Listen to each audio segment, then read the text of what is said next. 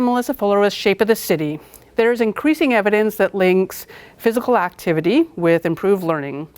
To learn more about how that is affecting kiddos in the Lincoln, Nebraska area, I am with Matt Avey with Lincoln Public Schools and Bob Rauner with Partnership for Healthy Lincoln. Hi, guys. Hello. All right, so let's get right in here.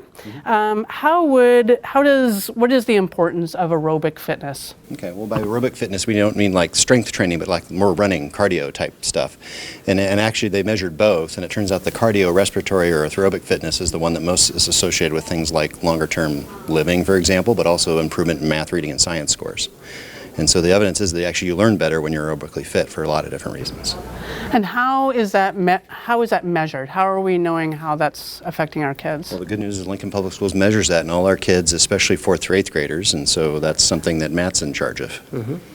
So we measure in Lincoln Public Schools aerobic capacity, aerobic fitness through a test called the PACER, and it's an intermittent recovery test that students will essentially run laps back and forth on a gym to a specific cadence until they can no longer essentially meet that cadence, and then they are out and we count their score.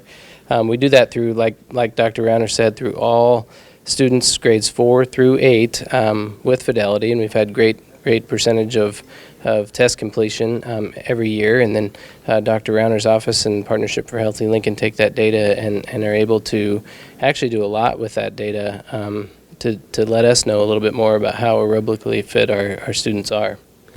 Well, how has the trend been so far? Well, good news, we started measuring 4th through 8th grade in 2011, so we have 8 years of data now. We made a lot of improvement in the first 5 years, and the last couple of years kind of plateaued a little bit. There's some things that are just hard to change, and so unfortunately one of the things we see is that kids in lower socioeconomic areas of the town tend to have worse fitness, unfortunately, and so there's a lot of disparities actually. But we have a couple of bright spots still, and one of the bright spots is actually Park Middle School, which kind of bucks that trend. So despite being in somewhat of a lower income and a Title I school, their fitness numbers are actually almost as good as some of the wealthier schools, and so something's going right there. Are there other things that are really working, especially in LPS? Well, yeah, Bob alluded to a couple things, particularly Park, and I'd love to highlight some of the things they're doing. In the last year and a half, they've really taken a fitness focus initiative, and they've hired a couple folks that are in the fitness industry and also physical education teachers, and they've brought some unique ideas to how they incorporate fitness, not just into a specific fitness lesson, but into every single engaging physical education lesson plan. We've taken teachers from across the state over there to kind of watch some of their model programming, and we think, the data is showing that it's making a difference. So it's definitely something we want to take a look at to try and provide in other middle schools as well. And it may not just be in the school day, too. So Park has one of the largest after-school programs run by the Boys and Girls Club, and they add some fitness programming activity in their programming as well. So it's not just a school fix, it's a whole community fix. So I think there's actually some pretty good evidence that it's not just what's happening in the schools, but also their after-school program. And if those two can work together, I think you can actually remove some of these disparities, which is great. Are there some general ideas that work in terms of LPS or schools that seem to be working in the last few years? Yeah, I think Bob hit the nail on the head with some of the after-school programming that you were utilizing. Some of our elementary PE teachers are going to have to try and get creative in terms of how they get physical activity into their kids, because they might be on a 1 to every 3 or 4 or sometimes 5-day rotation where the kid won't see physical education for maybe 5 days. So how do we get more physical activity going with them? For example, Belmont's offering fitness nights and PE nights with the family, community nights on Friday nights, where occasionally every few weeks the PE teacher opens up the rec center. Parents can come engage in physical education lessons with the kid. It's not just a drop-off thing, but that also encourages family members to get active too with their students. And they've had some success with that, and we've had some other after-school clubs that have done some great things with physical activity as well. Yeah. The other thing that may be helping a little bit, we know that some kids in lower income neighborhoods lose fitness over the summer, and sometimes programming over the summer that can help. And Lincoln Parks and Rec for the last 3 years is also doing the same fitness testing. They've actually shown improvement in fitness when the kids attend their summer youth programming. So F Street Rec, for example, is not too far away and has some of those same kids. And so there may be also not just during the school year, but even during the summer programming, this may be helping it as well.